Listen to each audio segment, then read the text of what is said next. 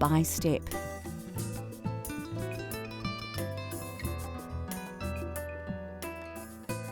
First, crack all your eggs into a mixing bowl. For this recipe, it's not necessary to separate the whites and yolks, so we're off to a flying start. The next step is to add your sugar. Don't dump it all in at once. The sugar needs to be slowly whisked into the eggs, mixing as you go, like this. Then, it's over to the stove to warm your milk. You will need to bring it to the boil, but rather than stand and watch it, you can prepare your vanilla bean. Carefully slice the bean lengthways, but don't cut it right to the end. This makes it easier to get the bean out of the mixture later. Place the vanilla bean in the milk and wait for it to boil.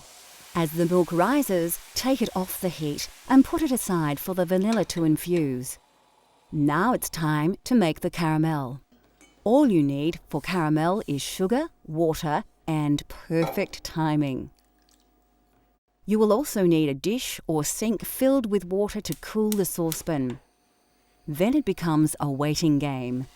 You don't need to stir the mixture, just wait until the water evaporates from the sugar. If you attempted this without water, the sugar would burn. The trick with caramel is to watch it cook and wait for the colour to change. Then it's just a matter of taking it off the heat when it turns a golden brown, which happens very quickly. When it does, place your pan in the water to cool for about half a minute to stop it from overcooking.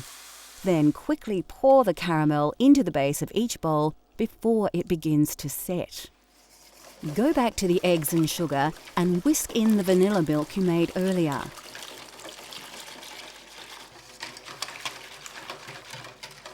Find the vanilla bean and scrape the seeds out into the mixture. Then you need to remove the bubbles or they will appear in your final dessert. Use a ladle to work the bubbles off the top of the milk and put them aside. You won't need them. Ladle the mixture into the bowls on top of the now set caramel.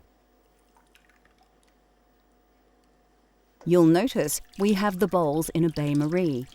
Of course, we will fill this with water to just below the top of the bowls and it will prevent the dessert from burning while cooking.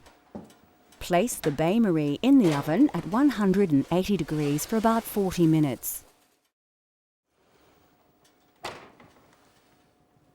Carefully take them out of the oven and they should be browning on top. Let them cool, then place them in the fridge to set. This usually takes 2 to 3 hours. When set, run a knife carefully round the edge, turning the bowl as you go. Then you should be able to place a plate on a dish, turn it over, and remove the bowl, leaving a delicious dessert behind. Use the now softened caramel left in the bowl to decorate the plate. And there you have authentic French cream caramel. If that doesn't make you hungry, nothing will. We have barely touched on the food of France, and we could easily fill a whole series with amazing culinary creations from the home of fine cuisine. Unique thinking and centuries of experimentation has provided us with the foundation of many modern cooking techniques. Cultural Flavours continues to explore the world through the diversity of food. Let Cultural Flavours take you on a gastronomic journey so you can experience the tastes of the globe at home.